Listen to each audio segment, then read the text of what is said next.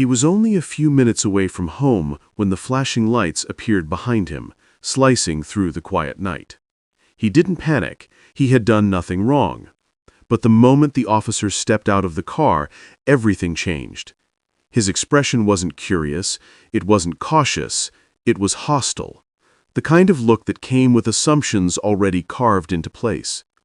What neither man knew was that this roadside stop would uncover a truth powerful enough to shake an entire department. And by the end of the night, the officer would learn a lesson he would never forget. Marcus Green lived a disciplined, quiet life. Despite holding one of the most powerful positions in regional law enforcement, he kept his identity guarded. As the head of internal affairs, his decisions could end careers, reform departments, and expose deep misconduct, so anonymity was his greatest armor. Outside the office, he preferred silence over spotlight, and peace over recognition. His neighborhood was simple, calm, and predictable. Families sat on porches in the evenings, kids rode their bikes until the streetlights flickered awake, and the roads always felt familiar. It was the one place where Marcus felt grounded, untouched by the weight of his demanding profession. That evening, he wrapped up work later than usual. The long meetings, the investigations, and the stack of disciplinary reports had taken a toll on him. All he wanted was a warm meal, a quiet night, and a few hours of rest. As he drove home, the roads were nearly empty, painted with soft orange light from aging street lamps. But at the final intersection before his neighborhood, he noticed a truck parked on the side of the road. Its engine idled quietly. Its headlights were off. Marcus didn't think much of it until it pulled out behind him, slow and deliberate. A few turns later, the truck's lights flashed on, followed by the piercing flare of red and blue. He sighed, pulled over to the side, and waited. He had been stopped before, not often, but enough to know exactly how these moments could unfold. He didn't know it yet, but this stop wouldn't be like the others. This one would reveal more than the officer expected. And for Marcus, it would confirm a painful truth he had spent years fighting to change. The patrol car door slammed shut with force.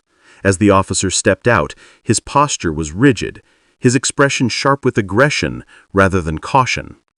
He approached Marcus's vehicle slowly, circling it like he expected danger, though nothing about Marcus suggested it.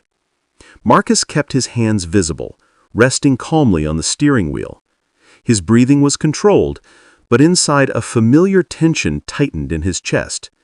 He had read hundreds of complaints that began this same way. He had reviewed videos, testimonies, and heartbreaking accounts. He knew the signs well, too well. The officer's eyes scanned Marcus's car, his clothing, his face, not with curiosity, but with presumption. He stepped closer, leaning in with an intensity that was less about safety and more about superiority. The longer he inspected, the more frustrated he became, as if the lack of wrongdoing irritated him. The night air thickened with unspoken hostility. Marcus felt it pressing against him like a weight. He didn't speak.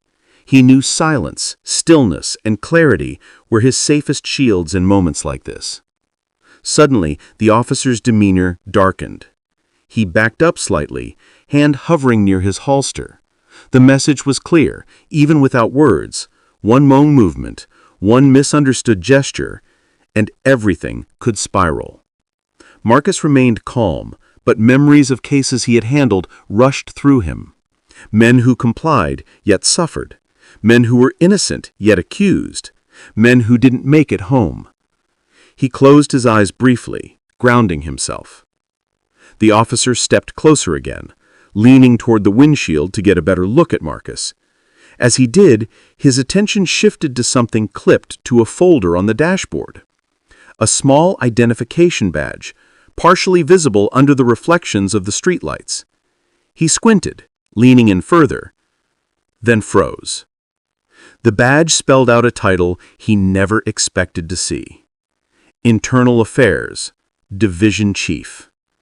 The officer's expression collapsed instantly. His face paled, his posture weakened, and his breath stuttered. Realization struck him like a blow. The man he had profiled, the man he nearly escalated on, wasn't just any citizen.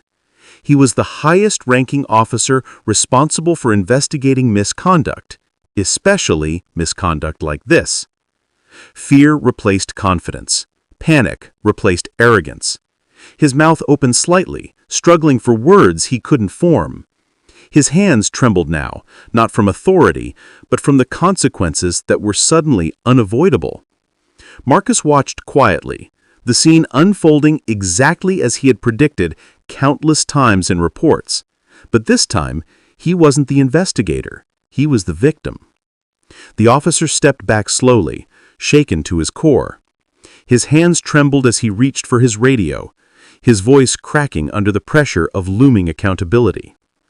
The flashing lights dimmed. The road returned to its quiet stillness.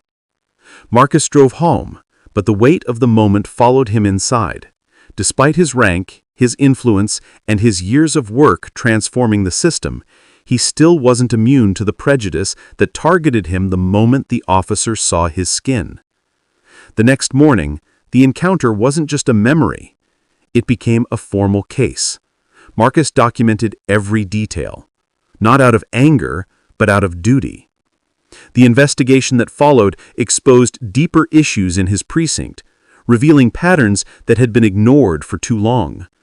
Policies changed, leadership shifted, training was rebuilt. But for Marcus, the impact was personal. It was a reminder that racism didn't distinguish rank or status. It was a reminder of why his work mattered, and how much more there was to do. And for viewers who hear his story, one question echoes long after the video ends.